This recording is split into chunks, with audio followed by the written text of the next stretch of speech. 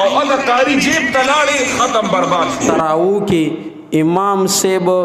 ختم وکړلو د قرآن کریم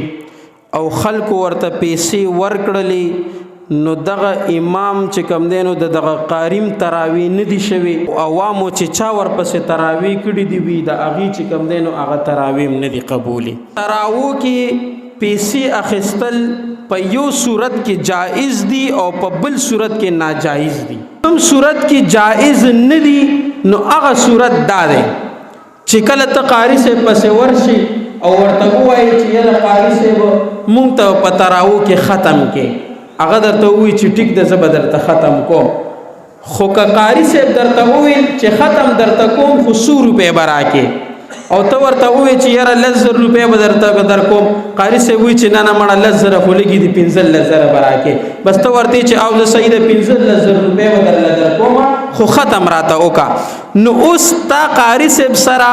د قرآن کریم هغه خرید و فروخت ورسره وکړو تا ورسره محسوس کې پیسې خاص دی کې ورسره نو په دقه صورت کې دا چې کوم دی نو اوس جائز نه دی. او جائز په کوم صورت کې دی تا قاری صاحب ته وویل چې یاره ما ته ختم وکړئ او هغه درته صرف وویل چې ټیک د ختم به درته وکړم نه درته دا وویل چې پیسې به راکړي نه درته دا وویل چې دومره به راکړي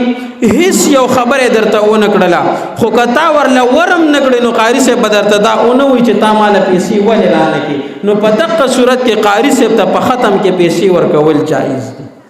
بالکل د قاری صاحب هم تلاوت او تراویح کیږي او د مقتدیان هم ورپسې